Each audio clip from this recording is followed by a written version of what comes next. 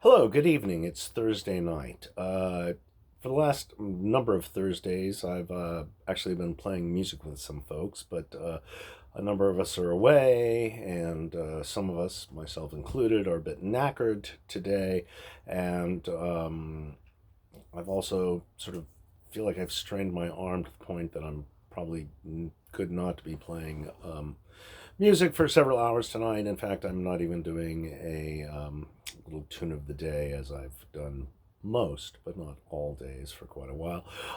So, what I thought I would do instead is tell the tale of Mushkil Gusha. And so here it goes. Once upon a time, not 1,000 miles from here, there lived a woodcutter and his daughter. And every day the woodcutter would go out into the fields, the woods, the copses behind his little hut house where he and his daughter lived, and would cut and gather and shape and bundle together um, a big bundle of wood, which he would then take into the town and sell for money so that they might keep themselves fed. Well, one day the woodcutter's daughter said to him, "Papa, Papa, why is it we can not have more interesting and amusing things to eat?" And the woodcutter said, "Very well, my daughter. Tomorrow I shall get up earlier, shall go further afield, or further wood perhaps, and gather a bigger bundle and bring it back to town earlier in the day. And with that, I will perhaps have more money, and then we can have more exciting and interesting things to eat." So, as the song says, early next morning before the cock crowed, he was off and out into the woods and gathering and cutting and shaping and making a big bundle of wood, which he brought back to his house first, as was his custom, to have a little breakfast before he went into town. But when he got there, he found that the door was locked. For his daughter, having forgotten about the conversation about the night before, was still abed. And he hammered upon the door and said, "Daughter, daughter, please let me in. I must have something to eat before I go into town. I have been up early gathering and cutting and shaping and bundling this bundle of wood." But she was fast asleep, and so the woodcutter thought, "Well, perhaps I'll just lay down since I got up so early and I'll have a bit of a rest." And he fell asleep. And when he woke, the sun was high in the sky. In fact, it hitting him in his face is probably what woke him up, and he leaped to his feet, thinking it was far late in the day to go to town. But he knocked upon the door again, hoping that he might have some sustenance before he went into the town, and said, "Daughter, daughter, please let me in. I must have something to eat before I go to town." But his daughter had woken up and, having forgotten about the conversation about the night before, had tidied the house and gone out for the walk, locking the door behind her. Well, now the woodcutter was a bit perplexed. He thought, it's kind of late to be going into town. I know what I will do. I will go back out and I will gain and gather and cut and shape a second bundle of wood. And then I will have two bundles to take into town upon the morrow. So this he did. And when he finally arrived back at home, it was dark. And he laid his bundle of wood down next to the other one, and he tried the door, but alas, the door was locked. The daughter had come back and for some reason thought perhaps her father had arranged to spend the night in town and had made a small meal for herself and gone to sleep. And the woodcutter was frustrated, and he thought, well, what will I do? What will I do? Well, okay, I'll lie down and I'll, try and get some rest because I've been sort of at it all day except for that morning nap. And so he lay down next to his bundles of wood and he slept. And he woke up late in the night or perhaps early in the morning, and the stars were out and the moon was getting ready to hide, but he looked up in the sky and then he heard a voice. he thought he heard a voice crying in the night. And the voice said, "Leave your wood and follow me. If you need enough and want little enough, you will have fine things to eat." So the woodcutter got up and followed the voice into the night.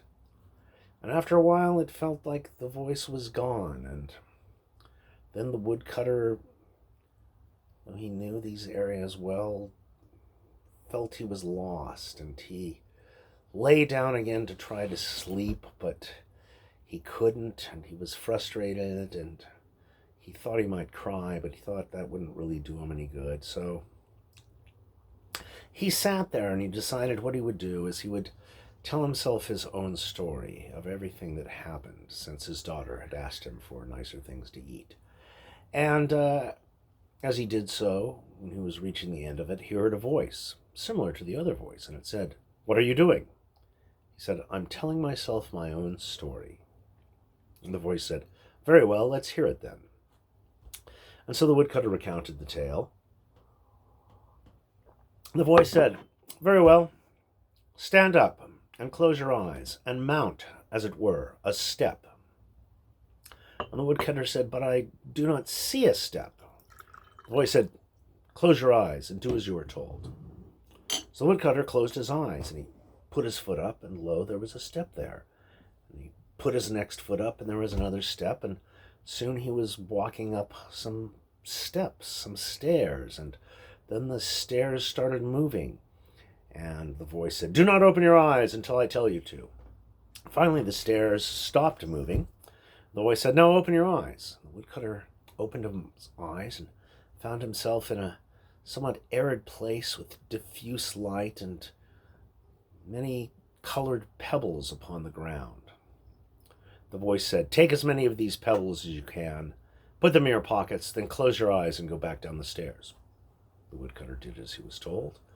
And when he got to the bottom of the stairs, opened his eyes, he found that he was in front of his own house.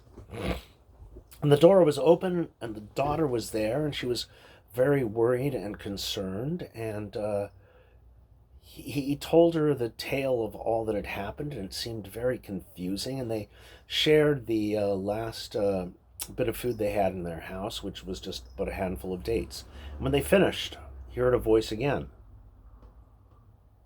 The voice said, "You do not realize it, but your phone has fallen. But now that you have set it right, there is something else you do not realize. You have been saved by Mushkil Gusha. Mushkil Gusha is the remover of all difficulties. So tell his tale on Thursday night, so you may help people who are in need." Well, the woodcutter went to bed. And he got up the next morning and he had his 2 bundles of wood and he took them to town, and he immediately got there, and the baker was like, "Ah, woodcutter, woodcutter, I need this wood. I have so many loaves to bake today. What do you want for it? I will give you the highest price that you desire." And he sold the wood and he got the money, and he went and he bought lamb chops and kebab and baba ganoush and hummus and sabra mamul, and he brought it back, and he and his daughter ate, and they thanked their good fortune, and they thanked Mushkil Gusha, and they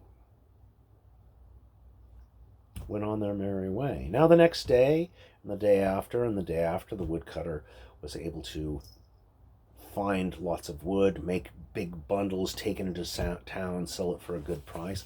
But the next Thursday came around, and as is the way of men, he forgot to tell the tale of Mushkil Gusha. Now that night, his neighbors came knocking at his door. He said, neighbors, what is it you want?" And they said, "Our lamps have gone out. We want some of this beautiful fire that you have so that we may light our lamps." And the woodcutter said, "What are you talking about?" I said, "Come outside, into the row." And he came outside and looked through the window into his small room there and saw that there was a strange glow. And he went back into the room and he found the basket where he had put these pebbles that he had brought from the top of the stairs. And They were glowing, but he saw that it was a cold fire that would light no lamp. And he came back to his neighbors and said, "I'm sorry, I have no fire for you." And he shut the door in their face. And they went away muttering, but they leave our story here. He covered up those stones, and the next morning, when he and his daughter uncovered them, they discovered that they were gems of the finest water, the highest value. They decided what they would do is they would perhaps go traveling, even perhaps make the pilgrimage to Mecca. And on their way, they sold these stones in various towns upon the way till they had amassed a great fortune.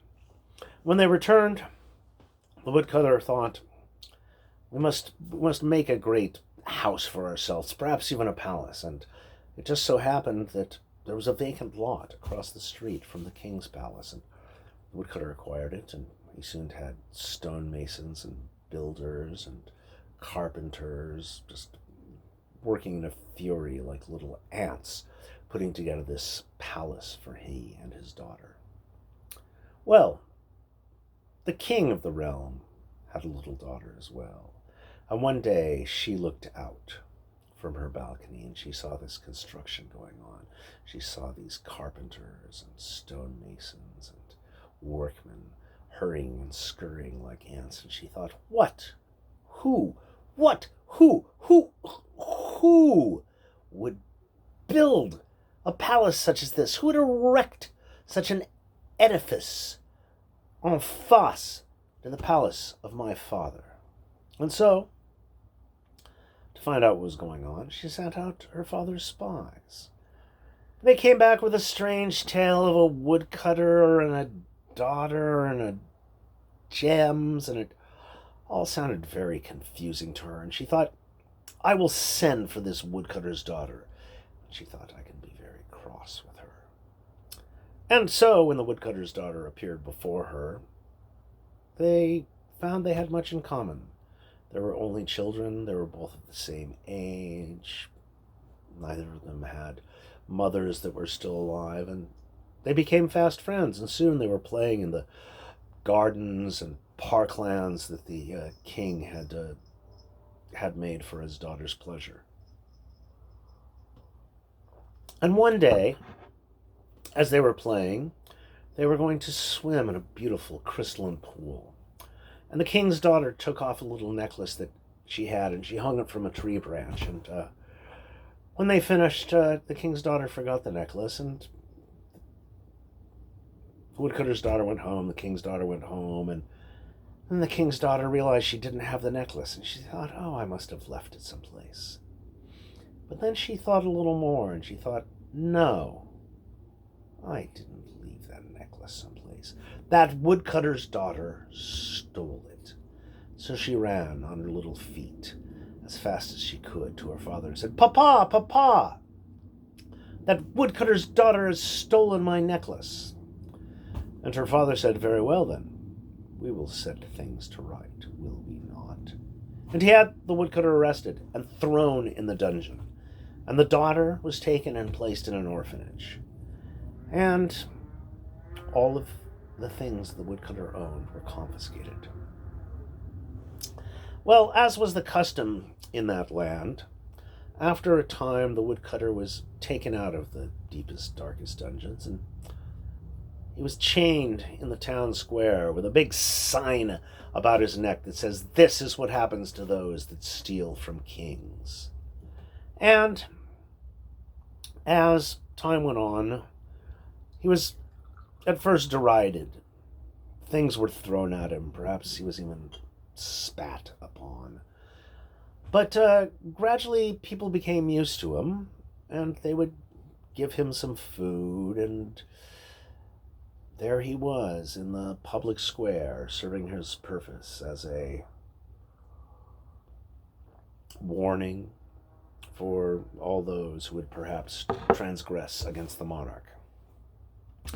Well, one day, as he sat there, he saw two people going towards the bazaar, and they said, it is Thursday. And he thought, Thursday night. It's been so long since I have told the tale of Mushkil Gusha. And at the very moment A generous man walking past threw him a small coin, and the woodcutter caught it in his hand. Said, "Good sir, this coin is useless for me. I'm chained in this square. But if you would consent to go to the bazaar and buy us some dates, perhaps we can share them and have a small conversation." So the generous man went off to the bazaar and brought back some dates, some medjool dates, and he sat there and shared them with the woodcutter. And the woodcutter told him the tale of Mushkil Gusha. And when he was done, the generous man looked at him and said, "I think you may be mad." But when the generous man got home, he had many difficulties that had been perplexing him, and some of those seemed to go away. And this caused him to think quite a lot about Mushkil Gusha. But he leaves our story here. Now the next day, the king's daughter went back to the selfsame pool where she and the woodcutter's daughter had been when she lost the necklace. And as she was about to dive into that pool, she looked down, and there she saw, at the bottom of the crystalline pool, the necklace. And at that moment she had to sneeze, and she lifted her head up, and she saw the necklace hanging from a tree branch, and she realized what she had seen in the pool was but an illusion. And yet here was the necklace. And she took it, and she ran on her little legs back to the palace, and said, "Papa, Papa, I was so wrong. That little girl did not steal my necklace at all. It was hanging from a tree branch all this time." And her father said, "Very well then, we must put things to rights." And so the woodcutter was released from his bondage. His daughter was brought out from the orphanage. Everything he owned, their palace, their money, their gems, was restored to them. And they all lived happily ever after. And this is the tale of Mushkil Gusha. And sometimes the events of it are not the same. And sometimes it's not even called the tale of Mushkil Gusha. And yet, somehow, this tale is always told. And the telling of this tale provides, in some way, help for those who are in need, those who are in difficulty. And so, on Thursday night, tell the tale of Mushkil Gusha, or give a gift to someone who will help the needy in the name of Mushkil Gusha, or share some dates or a small meal with a friend. Will you tell the tale of Mushkil Gusha?